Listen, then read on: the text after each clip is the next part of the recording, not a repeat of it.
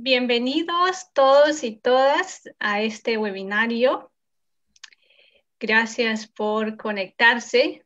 Hoy día 12 de octubre pues vamos a reflexionar sobre las comunidades indígenas, sobre la situación de los pueblos indígenas alrededor de América.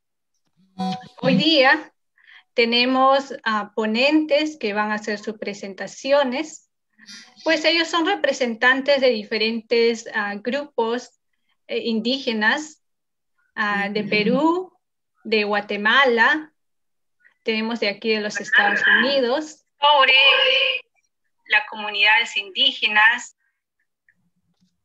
Entonces vamos a empezar con una pequeña presentación de cada uno de ellos. Bueno, para empezarles también les quiero presentar mi persona. Yo soy Luz Melissa Vargas Zairi Tupac. Soy originalmente de Huancavelica, Perú. Yo soy quechua hablante y ahora me encuentro en Memphis, Tennessee.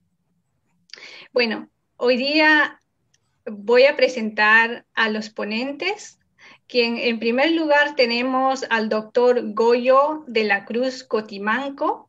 Él es indígena peruano que completó su educación teología en Perú, Costa Rica, recibió su maestría en filosofía en la Universidad Bingham de Inglaterra y tuvo su doctorado en la Escuela de Teología en la Universidad de Boston, Massachusetts. El doctor Goyo también fundó algunas organizaciones en Costa Rica, la Coordinadora de Pastoral Aborigen y el Instituto de Estudios de Tradiciones Sagradas Abya Yala, y aquí en los Estados Unidos fundó este grupo Indigenous Pastoral Relief, Pastoral Indígena de Alivio. En segundo lugar, tendremos a Clara Alicia Sensipac. Ella es de Guatemala, mujer maya, caciquel, artista escénica y promotora cultural de arte, fundadora colectivo de mujeres mayas Achogen. Ella es originaria del municipio de Cepán, departamento de Chimaltenango, Guatemala. En tercer lugar tendremos al representante de la cultura azteca, a Adolfo Denis Ramos. Él representa a la danza Calpulli Atlochinoli, que nos va a explicar las formas de conservación y tradiciones espirituales indígenas. Y en cuarto lugar tendremos al doctor Héctor Laporta Velázquez. Él estudió teología en Unión Theological Seminary en Nueva York, maestría en antropología andina en Flasco, Ecuador. Trabajó en la Sierra Central y Sur del Perú. También en comunidades quichuas como en Chimborazo, Ecuador, y inmigrantes centroamericanos, básicamente garífunas hondureños. Ahora, actualmente, él vive en México. Y en quinto lugar tendremos al doctor Iván Ortega Santos. Él es originario de España. Él es doctor lingüista de la Universidad Maryland, profesor asociado en la Universidad de Memphis. Le vamos a presentar a cada uno de ellos y van a exponer sus temas por hoy día. También quiero recordarle a todos los oyentes y a todos los que nos están viendo por Facebook que estamos haciendo este evento, cómo recolectar fondos para nuestras hermanas artesanas de la comunidad Cantagallo de Lima, Perú. Es una comunidad que está siendo duramente afectada por la pandemia, ya que ellos no tienen servicios básicos como agua potable, servicios higiénicos, y pues la pandemia también ha afectado mucho sus trabajos y la educación de sus niños.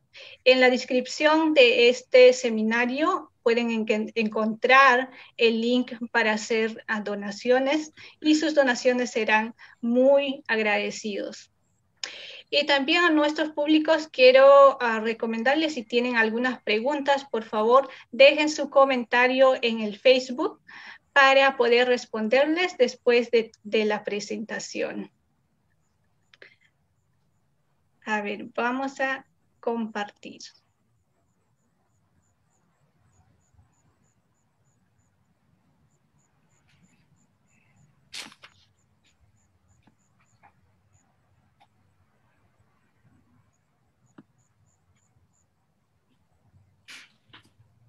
Que trajo la religión católica y la civilización a nuestros pueblos. Esta anécdota que sucedió en una escuela primaria de Centroamérica sigue siendo una discusión latente en nuestra sociedad actual cada vez que se acerca el 12 de octubre. Muchos denominan a este 12 de octubre como el Día de la Raza, Día del Descubrimiento de América, Día del Encuentro de dos Mundos, Día de Cristóbal Colón, y últimamente en algunos países se le denomina Día de la Hispanidad. Pero, ¿cómo fue realmente el proceso de colonización de nuestro continente que comenzó en 1492? ¿Cómo viven hoy los descendientes de los pueblos indígenas después de 528 años de invasión? ¿Cómo han resistido a este avasallamiento? Liberarse de los de más de 500 años de sometimiento.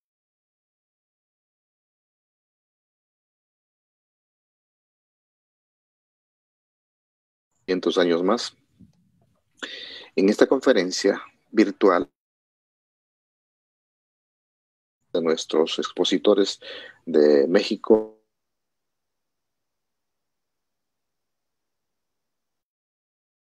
conocimientos, su espiritualidad y el arte indígena. Bienvenidos pues a este magazine. Mujeres Sarchowen se crió en el año 2011 con el apoyo del Centro Cultural Sotilhaj a través de una iniciativa de la cooperación alemana en la cual un grupo de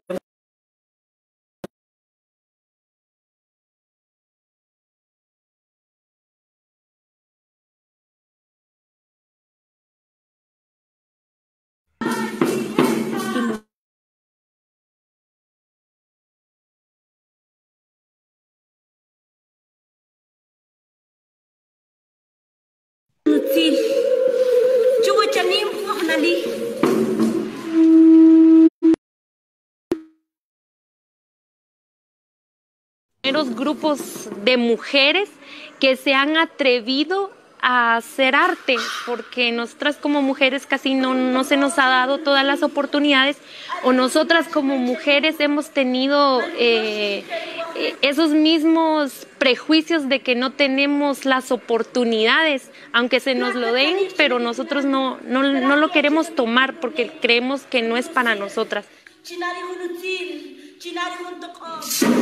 Posteriormente decidimos profundizar en el arte escénico maya porque era como la expresión de arte que más nos llamaba la atención. Es así como iniciamos con un proceso fuerte de formación en teatro dirigido por el director Víctor Varías, y a raíz de eso es que empezamos a crear nuestras obras. La primera obra de teatro fue Ixmucané, de la cual no difundimos, sino solamente validamos con padres de familia de las mujeres de la comunidad. Y la segunda obra fue la obra de teatro Ixquic, el cual sí hemos presentado en diversos lugares, diversos festivales.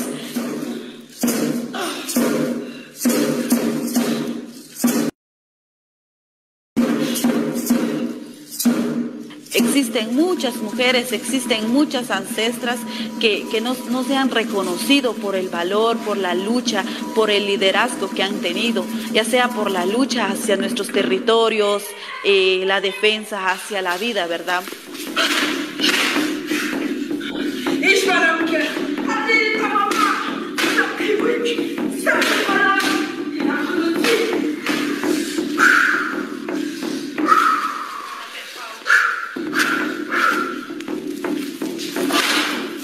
Siempre cuando hacemos un montaje, comenzamos a explorar el interior. Siempre les hago la pregunta, ¿qué es lo que quieren? ¿Qué es lo que sienten? ¿Cuáles son sus necesidades? Al escribir una serie de historias hasta lograr saber qué es lo que ellas quieren. Después de eso, ya pasamos a explorar movimientos, ya pasamos a explorar también la dramaturgia de cómo contar una historia. Mis huesos, mi vientre, después de esa estructura ya llevo las ideas concretas para poder desarrollar de una forma más profesional la historia.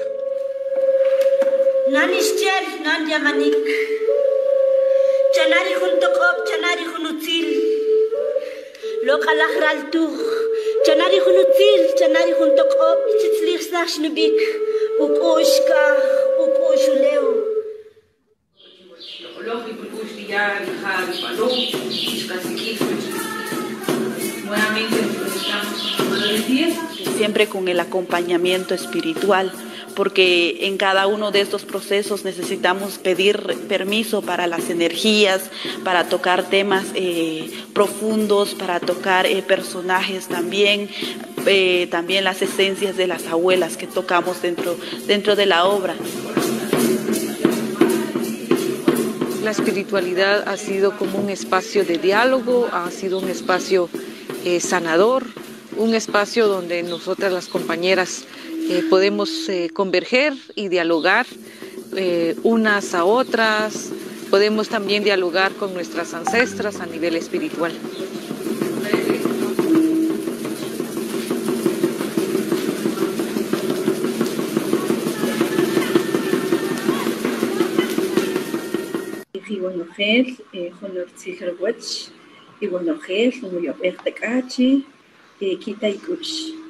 Buenas tardes a todas y todos. Les mando un cordial saludo desde acá de El Tablón, Sonojía, Guatemala, esperando que todas estén en paz, armonía y tranquilidad. Quiero empezar hablando acerca de la espiritualidad indígena y resistencia desde el arte. Y quiero empezar ahí sí dialogando sobre el colectivo de mujeres mayas Axchobel.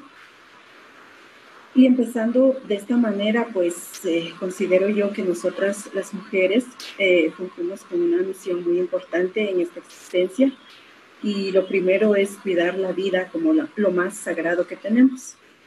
Ejercemos nuestro liderazgo en todos los espacios donde nos movemos, inclusive en nuestros propios hogares. Las mujeres somos esa luz y esa fuerza que la sociedad necesita. A pesar de nuestras luchas históricas como pueblos originarios, siendo la invasión española y la colonización, una de ellas hemos resistido y estamos aquí. Hemos alzado la voz, el sistema nos ha querido callar, que no nos expresemos, pero no podrán detenernos.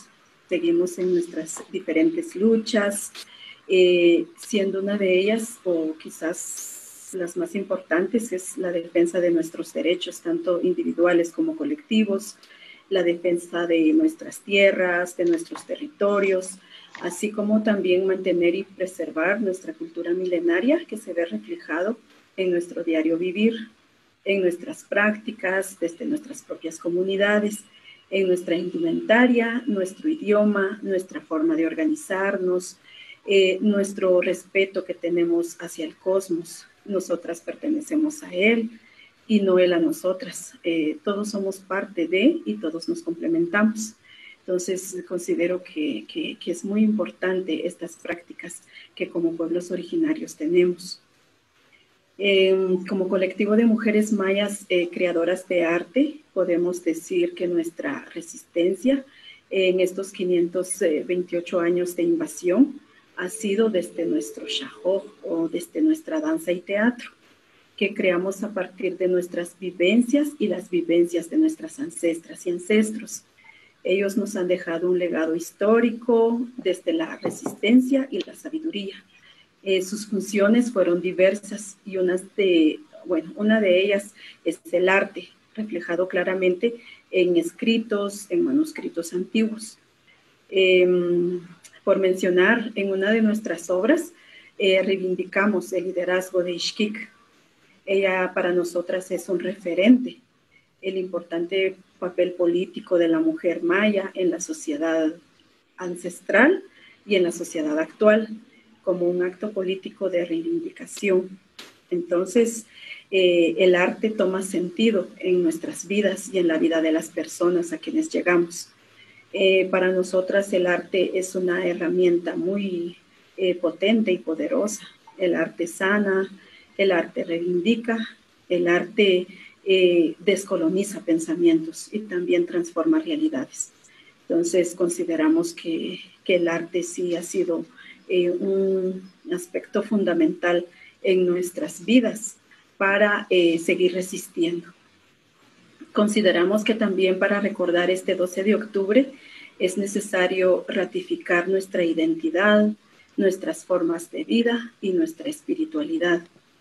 La colonia quiso terminar con nuestras prácticas ideológicas, pero no lo lograron. Nuestras prácticas espirituales mayas están más vivas que nunca, no desaparecieron, han pervivido en el tiempo, nos han guiado. Nuestra conexión con los elementos de la vida es en todo momento de nuestra existencia.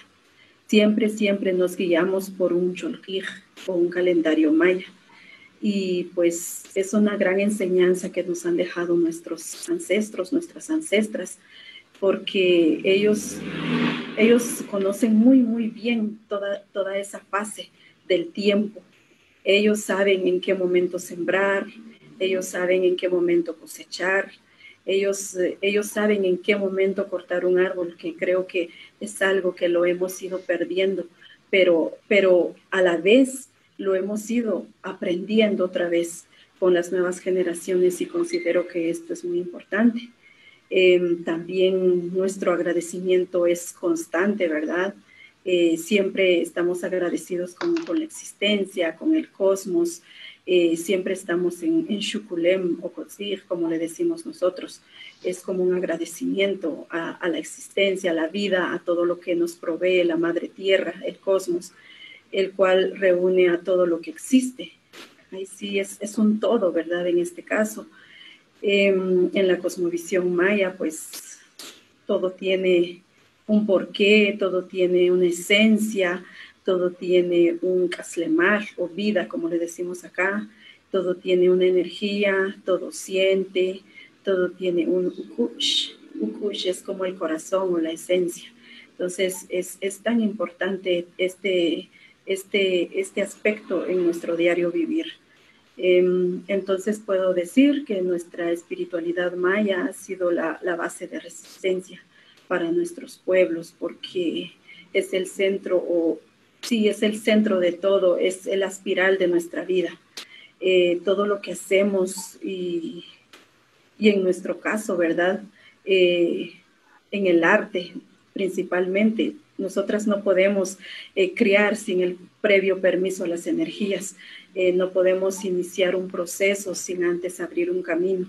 Entonces, y todo lo hacemos desde la espiritualidad.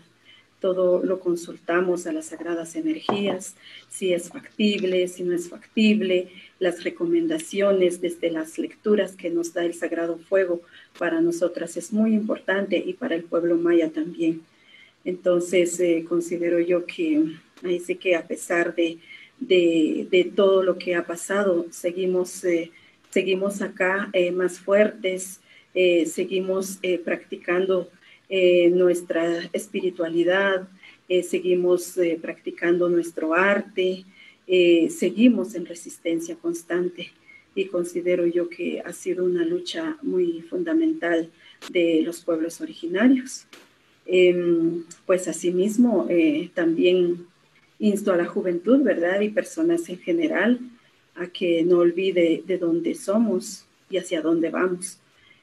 Mantener viva nuestras esencias, nuestras raíces, nuestra identidad, desempolvar esos saberes, creo que es una tarea de todas y todos. y considero yo que en estos tiempos pues hay que ratificarlo y hay que estar muy bien parados, como decían nuestros abuelos, ¿verdad?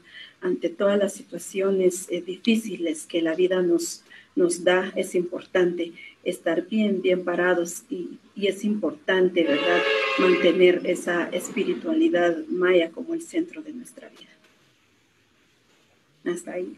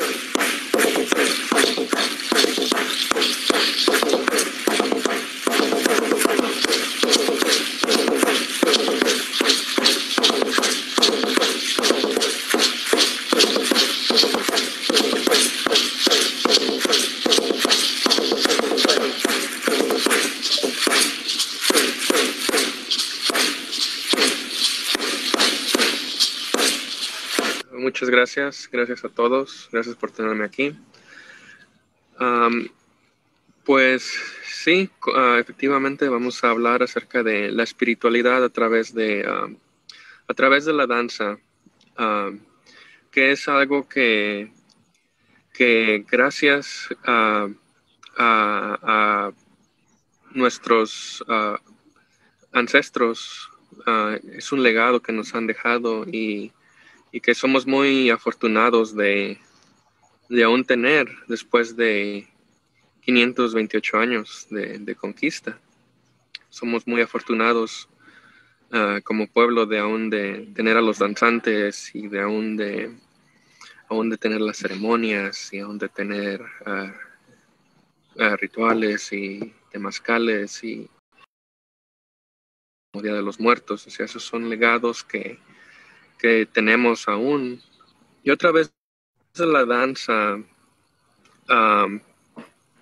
practico mi ser, practico mi espíritu. Es algo que yo apenas hace 3 años encontré y es algo que no te das cuenta que tienes adentro, pero cuando ves a danzantes, cuando escuchas los tambores, cuando vas a lugares sagrados como son las pirámides o otros lugares, nosotros como descendientes de los sobrevivientes es algo que tenemos adentro y que no podemos explicar, pero tenemos esa conexión y lo sentimos dentro de nosotros. Y yo a través de la danza puedo hablarles y puedo compartirles lo que yo he aprendido, las enseñanzas, lo que lo que ha sobrevivido, lo que a mí me enseñaron. O sea que para mí la danza es algo, una fuente de energía que me da fuerza. Adolfo, ¿tú crees que ya se han terminado en otros pueblos o las prácticas de estas espiritualidades, ya estamos muertos, ya se acabaron los pueblos indígenas? ¿Qué crees tú? Claro que no. Eso es una falsedad y hay que tener mucho cuidado porque esto es lo que a los que vencieron, los que nos sometieron, quieren que creamos, pero no es verdad. Es una mentira que quieren que nosotros mismos como personas sometidas quieren que repitamos.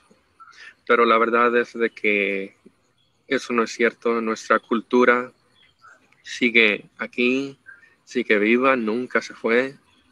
Nuestras lenguas, nuestras creencias, nunca se fue. Y aunque los vencedores y los opresores quieren que nos olvidemos de eso, nunca va a pasar. Para ti, ¿qué significa el 12 de octubre? 12 de octubre es una fecha triste porque ahí marca la pausa del crecimiento de nuestra cultura y de nuestras personas. Ahí fue una fecha donde tuvimos que luchar, tuvimos que sacrificar y tuvimos que guardar y esconder lo que habíamos aprendido. Y poco a poco eso empieza a salir, a brotar de nosotros mismos, volver a buscar quiénes somos para continuar el trabajo de nuestros ancestros, encontrar nuestro lugar en este mundo. Así que, aunque sí es una fecha triste, no es solo un capítulo más en Anáhuac y en las tierras natales. No es el fin, es un momento de pausa y es un momento que... ¿Cómo ves tú el futuro de los pueblos indígenas? ¿Vamos a sobrevivir? ¿Vamos a seguir practicando nuestras espiritualidades? Pues eso yo creo que sí, vamos a siempre en esta tierra que nos pertenece, siempre va a existir nuestra gente, la gente de color café, la gente morena. Siempre vamos a existir, así que por esa sola razón siempre van a existir nuestras raíces, nuestra cultura, nuestros dioses, nuestras danzas, y siempre se van a escuchar en estas tierras. Pero como descendientes está en nosotros encender esa llama de una vez más. No podemos dejar que los vencedores se salgan con lo que ellos quieren, que es robarnos nuestra identidad y hacernos sus esclavos con su capitalismo y sus creencias que nos hacen creer que somos menos. Así que depende de cada uno de nosotros luchar y estar orgullosos de quiénes somos y de nuestro legado. Muchas gracias y sigamos adelante con la lucha de los pueblos indígenas. Buenas tardes, mi nombre es Héctor Laporta. Soy teólogo y antropólogo peruano que he trabajado no solo en Perú, sino también en Ecuador y he estado cerca del movimiento indígena boliviano. En la actualidad me encuentro en México. Y una de las cosas que ha influenciado mucho en el pensamiento latinoamericano es el pensamiento decolonial. ¿Qué es el pensamiento decolonial? El pensamiento decolonial nos invita a desarrollar una reflexión crítica desde lo que ocurrió en las Américas a mediados del siglo XIX. donde estas revoluciones independentistas nacionales, como las identidades nacionales fueron construidas imitando al colonizador en su lengua, en su vestido, en su educación, y en el racismo como mecanismo a los indígenas.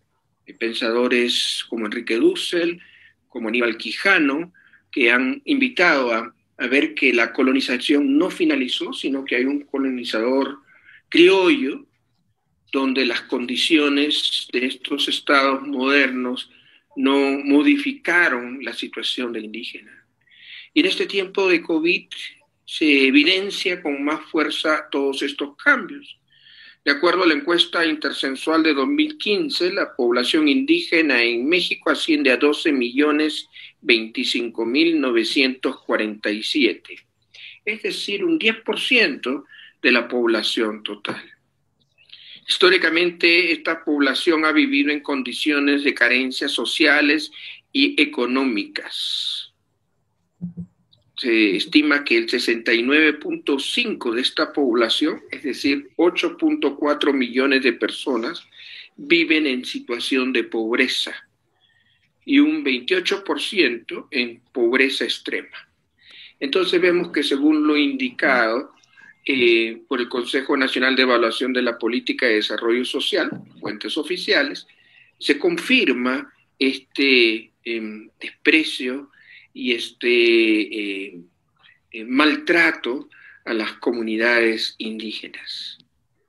En cuanto al COVID, hasta 27 de julio del 2020, según datos oficiales, extraoficiales pueden ser mayores, el Instituto Nacional de Pueblos Indígenas, INPI, reportan 4.140 casos positivos del COVID y 719 defunciones. Como digo, son informaciones oficiales, los números crecen con muchos que no han registrado oficialmente su deceso o su enfermedad. Y no queda allí el problema del coronavirus, sino debido al extremo pobreza que hay, le dificulta el acceso a ciertos bienes que todos tenemos derecho. Por ejemplo, el 21% de la población de lengua indígena carece de agua y un acceso deficiente a este recurso. Durante el cierre de las escuelas, algunos estudiantes indígenas no reciben ni el desayuno ni la comida que está contemplado en el programa de escuela de tiempo completo, afectando su alimentación. Y por otro lado, las comunidades indígenas hay menos cobertura y accesibilidad al Internet, como la señal de televisión abierta y la falta de equipos como computadoras, tabletas, teléfonos celulares, por lo que dificulta en un gran porcentaje de ellos aprender en casa. Prácticamente con un año de pandemia, todos estos niños y jóvenes indígenas se han visto afectados. Y cuando tienen el acceso, el poco número de ellos que tienen el acceso, generalmente los padres tienen que ayudar a los hijos, y en el caso de ellos, en muchos casos, sus padres no hablan el castellano o lo hablan de manera limitada, lo cual dificulta en la educación que se pueda dar a estos muchachos. Lo otro que afecta con el COVID, se han visto afectados, es con la crisis sanitaria, ha afectado también lo laboral, acceso al sistema de salud y lo laboral, porque gran parte de la población indígena se dedica a la producción y venta de artesanía, y esta actividad está prácticamente paralizada. Todo esto va a reflejar la consecuencia de políticas donde los grupos indígenas son los más vulnerables y los más frágiles de la sociedad. Los desafíos que nos plantea esto surge de las mismas comunidades. He estado en la zona de Chiapas, que es la parte sur del país, He también estado en contacto con grupos indígenas de Oaxaca. Hay alternativas que intentan suplir las necesidades de alimentación en alguna forma, pero evidentemente hay otras áreas como es la educación, como es el acceso a un sistema de salud, aún todavía está bien limitado. Me ha tocado asistir con campañas médicas que llevan grupos de solidaridad desde la Ciudad de México, pero evidentemente no suplen totalmente las necesidades que tienen muchas de estas poblaciones. Entonces vemos que esto del COVID prácticamente pone en evidencia que este desarrollo o estas democracias y el progreso es restringido a los sectores, a ciertos sectores de la sociedad, y donde muchos otros sectores, como los grupos indígenas, se ven afectados y son más vulnerables a que estas situaciones vayan cada vez empeorando, y más con el coronavirus. Creo que es importante tomar conciencia, porque esto va a permitir que tengamos una visión más clara de lo que está ocurriendo en América Latina y sobre todo en América India. Muchas gracias. Muchas gracias, doctor Laporta. Yo quisiera hacerte una pregunta más. Según tu punto de vista, ¿hacia dónde van los movimientos indígenas de América Latina después de 528 años de colonización? Y junto con esa pregunta también quisiera saber tu opinión acerca de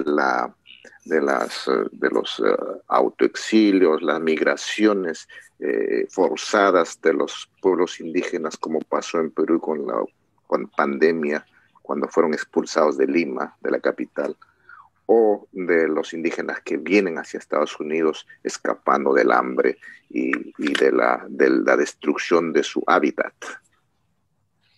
Es bien difícil poder saber hacia dónde va.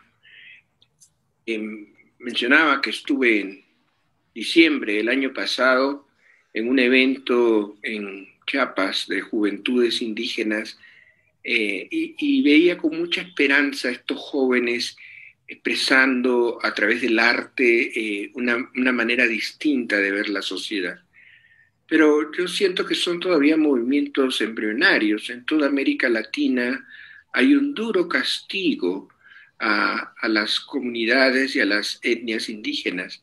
Hemos visto con el asesinato de muchos de ellos en Centroamérica y en Sudamérica, de que han estado defendiendo el medio ambiente. Ha habido poco eco de solidaridad con estos líderes que han buscado defender el medio ambiente. Y también una evidencia clara del golpe que ha recibido el movimiento indígena en América Latina es lo que ocurrió con Evo Morales en Bolivia, lo cual nos dice cómo este neoliberalismo rampante está de manera fuerte golpeando a los sectores más frágiles y dentro de ellos al movimiento indígena. Las agendas de las grandes petroleras, de las grandes empresas extractivas de minería y de petróleo comienzan ya a sobrepasar las normas internacionales del control ecológico y del medio ambiente. La actitud de Bolsonaro frente a la depredación de la Amazonía nos muestra un poco las nuevas políticas de exterminio, no solo de los pueblos indígenas, sino también de los medios, de los recursos naturales. Por eso lo veo bastante desarticulado. Sin embargo, al mismo tiempo creo que a nivel micro, a nivel más pequeño, hay pequeñas luces que nos muestran, nos hacen mirar con esperanza, como es el caso de estos jóvenes chapanecos de la zona sur de México. Pero en líneas generales no visualizo, por los datos que nos muestran las noticias, un momento propicio. Creo que es importante que se rearticulen con propuestas concretas y que tengan que hacer alianzas. En el caso de México, los zapatistas presentaron a una candidata, a Marichuy. Lastimosamente no tuvo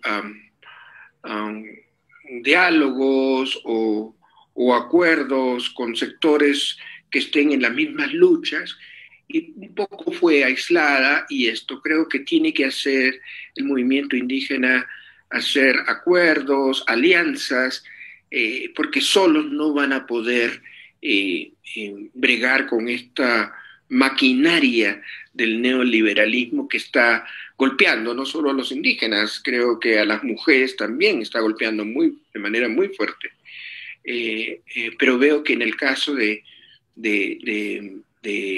poder subsistir o salir adelante es con ciertas alianzas, compromisos que permitan unificar esfuerzos a sectores que están cercanos para poder contrarrestar toda esta ofensiva de derecha y conservadora donde hay una ausencia de respeto y de trato al indígena de manera igualitaria, como hemos visto el caso tan grotesco que se dio con el golpe de Estado que le hicieron a Evo Morales en Bolivia.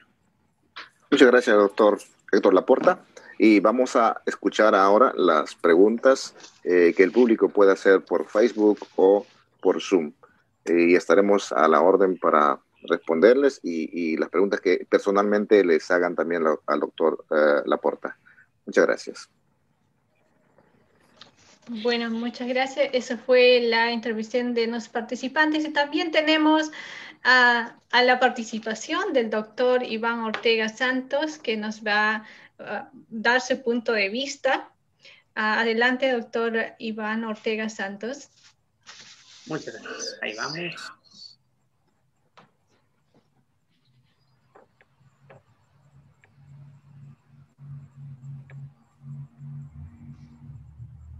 Resumir muy brevemente la discusión que hemos tenido sobre lenguas a nivel local y en concreto sobre lenguaje y poder. Hemos estado reflexionando repetidamente sobre la importancia del mantenimiento de las lenguas, pero también sobre el hecho de que es la nación-estado la que en el fondo determina si una determinada lengua indígena va a ser oficial o no oficial, o si la población indígena va a tener derecho a un intérprete en el sistema legal, en los juzgados, si la lengua materna va a estar representada en el sistema educativo, etcétera, etcétera. Puesto que estamos en Estados Unidos, estamos en Memphis, Tennessee, también hemos reflexionado sobre el papel de la segunda generación, muy importante, como parte de la reflexión sobre la identidad de la segunda generación. El mantenimiento de la lengua dentro de Estados Unidos es importantísimo en el sentido de que sabemos que el bienestar de la comunidad guarda relación con el acceso directo a información. Yo quiero inscribir a mis hijos en el sistema educativo y yo necesito saber cómo hacerlo, acceso a información, ¿de acuerdo? El sistema legal de Estados Unidos tiene esto perfectamente establecido. Cualquier entidad que reciba fondos del gobierno federal o que a su vez reciba fondos de alguien que recibió fondos del gobierno federal va a tener que respetar lo que es el título 6, Title 6, que viene a decir no se puede discriminar a las personas por su origen, por su raza, etcétera, etcétera. Entonces, dentro de toda esa idea de no podemos discriminar, está el hecho de no podemos negar acceso a información a las personas que no hablan inglés de un modo fluido. ¿De acuerdo? Es lo que se llama Limited English Proficiency, LEP. Todo el sistema público debe oficialmente hacer un esfuerzo para comunicarse. Esto lo vamos a encontrar en el sistema educativo, lo vamos a encontrar interactuando con la ciudad de Memphis. Si yo tengo que renovar los papeles del coche, tienen que poder proveer un intérprete. Y obviamente ahí varían las instituciones, algunas son muy buenas para respetar el fondo de la ley, otras parece que les cuesta un poquito más, etcétera, etcétera. Bien, ¿por qué es tan importante la segunda generación? Si una persona indígena que no tiene un dominio fuerte del español va a interactuar con el sistema público, lo primero que se le va a dar es un intérprete de habla hispana. Entonces, ¿qué ocurre? Puede ser que la comunicación no sea posible, puede ser que finalmente esta persona reciba un resumen de todo lo que podía recibir de comunicación. Entonces, en este sentido, es la segunda generación la que tiene el potencial de que algún día en Memphis tengamos intérpretes de lenguas indígenas. Y eso sería importantísimo para garantizar, como digo, el bienestar de la comunidad. En este caso, aparte de resumir toda esta discusión que hemos tenido generalmente, quisiera mencionar otro problema de discriminación o relación un poco traumática que puede tener la comunidad.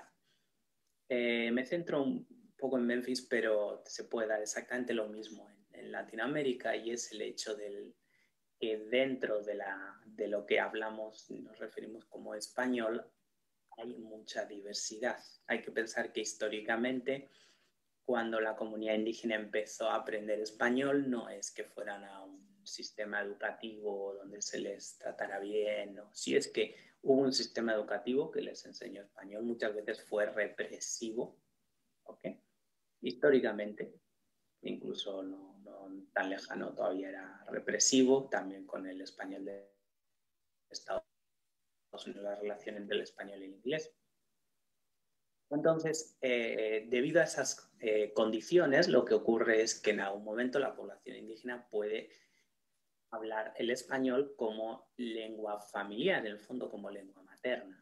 Pero esa lengua materna tiene características específicas, es el resultado de todo ese sistema de opresión, discriminación, falta de oportunidades, etcétera, etcétera. Resumiendo, el español hablado por la comunidad indígena a veces puede tener características propias. Las características propias son diferentes al español estándar. ¿Qué es el español estándar? Es el español hablado por los centros de poder, es decir, automáticamente llegamos a una jerarquía donde el español más europeo, de los tiempos de la colonización, etcétera, etcétera, está allí y te da acceso a un buen trabajo, etcétera, etcétera, a respeto social, y luego hay otros tipos de español que, como digo, se desarrollaron en un contexto histórico. Entonces, eso nos lleva a percepciones discriminatorias, prejuicios hacia las personas que no hablan el español más europeo, ¿okay? Y eso nos lleva también a problemas en el sistema educativo. Si yo voy a tomar un examen y la persona que habla un español monolingüe relativamente europeizado automáticamente puede utilizar todos sus recursos lingüísticos, recibe, digamos, una oportunidad muy buena para contestar ese examen, pero luego llegan las personas que hablan otras variedades del español y no reciben esa misma oportunidad de contestar el examen al mismo nivel con todos sus recursos lingüísticos, sino que se les limita que les limita. ¿Okay? Automáticamente eso tiene consecuencias y eso lo podemos encontrar con población bilingüe en Estados Unidos, que hablan español y van a una clase de español y se les empieza a corregir totalmente, en fin, incluso simplemente el hecho de ser bilingüe, un niño bilingüe, y esto por eso digo que también se aplica a Estados Unidos, a Latinoamérica, un niño bilingüe que solamente se le evalúa en español, obviamente no se le está permitiendo usar todos sus recursos lingüísticos. Entonces, bueno, como reflexión en situaciones de bilingüismo o simplemente situaciones de variedad de lingüística, variedad dialectal, también se dan procesos de discriminación y quería llamar un poco la atención sobre esto porque al tratar de influenciar lo que son las políticas públicas, educativas, etcétera, etcétera, pues esto es algo importante que hay que tener en cuenta. Esta perspectiva ya como perspectiva de debate, ahora mismo se habla del translingüismo, pero como perspectiva ya lleva mucho tiempo y yo sé que el webinario es largo, si tienen tiempo, les quiero recomendar un documental hecho por un lingüista peruano, el doctor Jorge Iván Pérez Silva, que precisamente se centra en la variedad lingüística del español en Perú, solamente en Perú, y cómo el sistema educativo tiene una responsabilidad frente a esa variedad para asegurarnos que todas las personas tienen una buena oportunidad en la vida, que no son discriminadas, por lo que en el fondo son procesos históricos de colonización, etcétera, etcétera. Les voy a compartir muy brevemente ese documental para que lo puedan ver y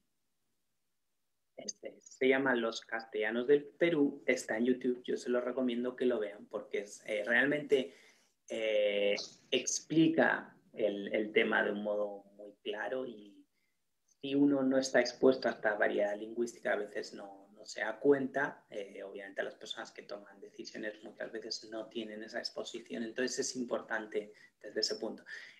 Es muy divertido también, se lo pongo un poquito y luego continuamos con los otros. No existen dos hablantes de castellano que lo hablen exactamente igual. El castellano no es uno solo y en el Perú se habla de muchas maneras. De mi hermano, aunque sea una había un taladro rojo. Taxi, llévenme a tal sitio. Dice, ustedes son del norte. Lima, como dice el P, ¿no? P, hola P, ¿cómo estás P? Bien, como decía, ese documental es muy explícito, es una herramienta importante para reflexionar sobre lo que es discriminación lingüística, pero es discriminación lingüística dentro del castellano y cómo eso nos afecta y sobre todo la responsabilidad que el sistema educativo tiene frente a este tipo de situaciones.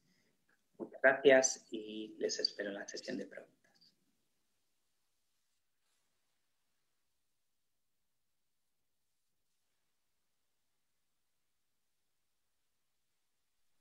Muchas gracias, doctor Iván Santos, o Iván Ortega Santos, disculpa. Gracias a todos los que están mirándonos también en el Facebook Live, en las redes sociales.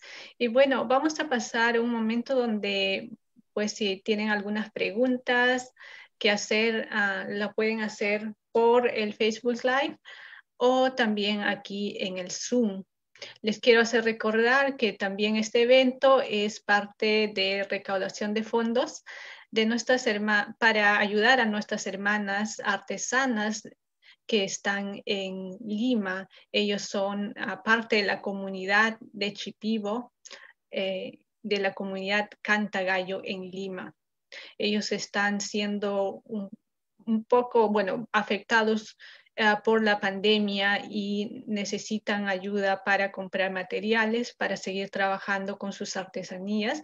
Y tenemos el link en la descripción de nuestro Facebook Live en caso quieran donar, y será muy agradecido. Bueno, si tienen alguna pregunta, por favor, hagan sus preguntas. O de repente, doctor Goyo o Denis, alguien de nuestros ponentes, ¿tienen alguna pregunta para nuestros invitados en estos momentos? Pueden hacer sus preguntas. Pues tengo una curiosidad. Bueno, yo estaba pensando, mientras que recibimos las preguntas, estaba pensando y tengo una pregunta para Denis. Denis, usted que practica la danza ya sé que es una expresión de resistencia y, bueno, es una expresión artística también. Y ¿cómo lo ve la gente aquí en Memphis? ¿Cuál es la reacción de la gente? ¿Lo toma de una manera positiva?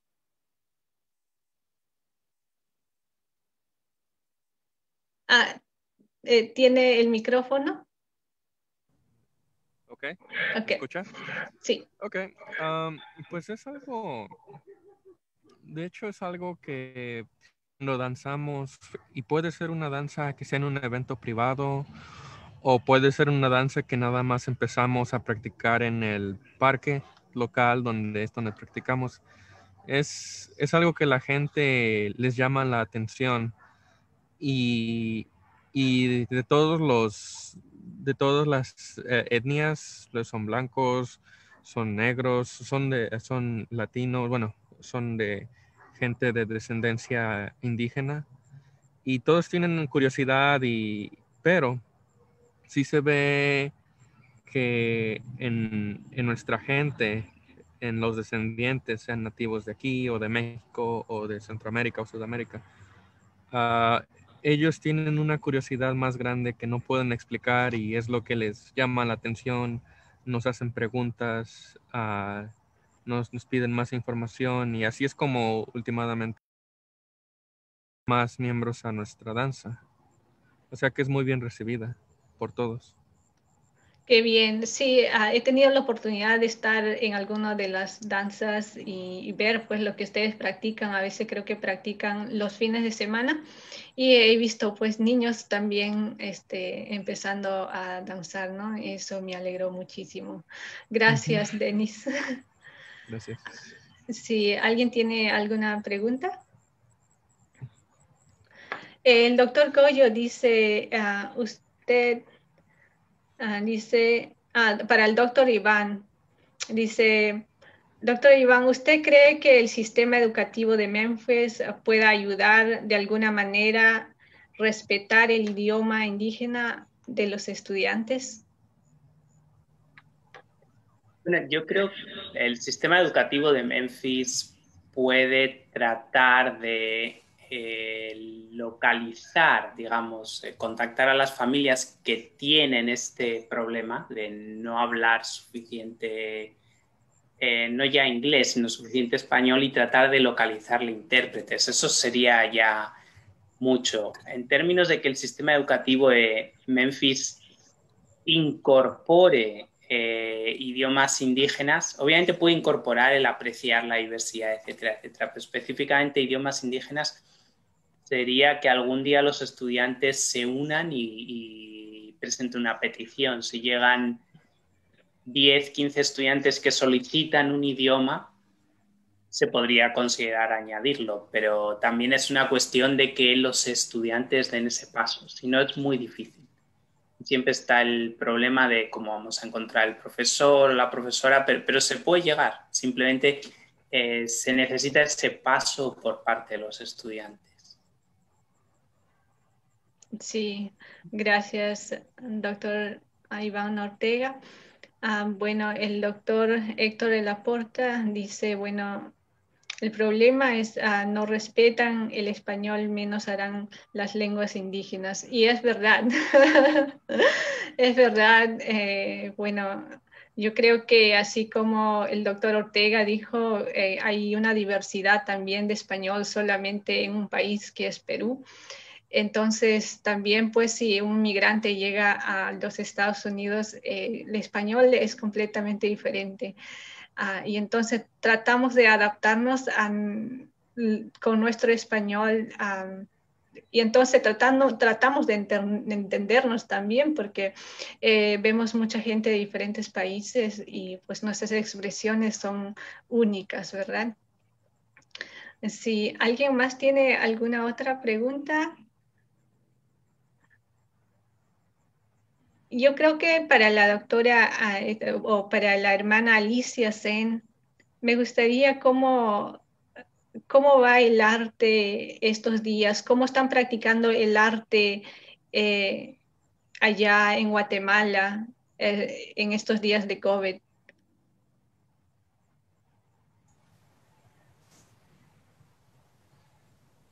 Gracias por la pregunta, Luz Marisa. Pues la verdad es de que ha sido un reto para nosotras poder hacer arte en estos tiempos de pandemia, debido a que, pues, ahí sí que es otra experiencia. Al principio no podíamos, digamos, ubicarnos, no sabíamos qué hacer, pero desde luego que también pues pusimos ahí sí que nuestras energías, pusimos de nuestra parte para poder sincronizarnos otra vez. Entonces ahora estamos haciendo arte desde nuestras casas, estamos haciendo arte a través de un celular, estamos creando obras. De hecho, ya próximamente vamos a lanzar 4 monólogos que reivindican la medicina ancestral de nuestras abuelas, tanto para el COVID como para otras pandemias, epidemias, enfermedades que han habido durante la historia. Vamos a dar a conocer este mensaje a todas las personas, a todas las generaciones, y pues ha sido una experiencia bastante enriquecedora para nosotras, porque pues nunca imaginábamos que desde un celular podía dirigirnos la persona quien lo hace. No imaginábamos que desde nuestras casas, a pesar de todas las circunstancias, todas las dificultades, pues podíamos crear arte también. Entonces, y sin embargo, pues lo hemos hecho con mucha fuerza. Hemos investigado con las abuelas, hemos investigado con personas que saben de medicina natural para poder llevar a cabo a escena en estos tiempos de pandemia estos temas. Entonces, considero yo que entre todo esto de la pandemia, pues también hay cosas muy positivas, y eso de las cosas positivas es poder crear desde nuestras propias casas con un teléfono celular, ante todas las dificultades que existen, pero ahí estamos haciendo arte y es muy, muy agradable poder hacerlo. Muchas gracias, hermana Alicia Sen. El doctor Iván, sí, doctor Goyo. Solo me quedé un poco preocupado con el comentario del doctor Héctor Laporta en cuanto a la forma, no sé, él lo hizo muy, muy claramente, expuso muy claramente el futuro de los pueblos indígenas, y parece que no hay buenos augurios, no es optimista, ¿no?, el futuro, porque de aquí a unos 500 años vamos a desaparecer y ya no hablaremos quechua, ya no nos saludaremos en náhuatl o en cachiquel. Por eso mi preocupación, por eso yo creo que muchos indígenas, aún fuera de sus países de origen, están buscando cómo reivindicar sus derechos y su existencia como pueblos. O sea, el hecho de salir de nuestro país no significa que ya perdimos todo. Es cierto, fuimos expulsados por la cuestión económica, social, de salud, la cuestión política a veces, pero yo creo que podemos mantener latente nuestra cultura. Por ejemplo, en el lado de California, me admira el grupo de los hermanos mixtecos que mantienen toda su tradición. Hay indígenas mayas nacidos aquí en Estados Unidos, por ejemplo, en Georgia o en Florida, que han formado sus asociaciones como mayas americanos. Hablan inglés, cachiquel, quiché, mam, pero no pierden su identidad. pero también nos preocupa a los jóvenes que están perdiendo su identidad, los de la segunda generación que nacieron aquí. O sea que me preocupa un tanto lo que el doctor Héctor Laporta ha aclarado en la última parte de su intervención, ¿no? ¿Qué dicen ustedes? ¿Seguiremos viviendo? ¿Existiendo? Mientras podamos seguir cultivando nuestras lenguas, nuestras costumbres, yo creo que todavía vamos a seguir siendo. Pero yo creo que el doctor Héctor Laporta tiene algún aporte. Sí, el año pasado salió en una revista científica inglesa de medio ambiente que haciendo cálculos sobre cambios de clima, usos de suelo, sacaban que aproximadamente en la colonia en 300 años murieron 56 millones de indígenas. No se conoce en la historia de la humanidad una violencia tan fuerte como esto.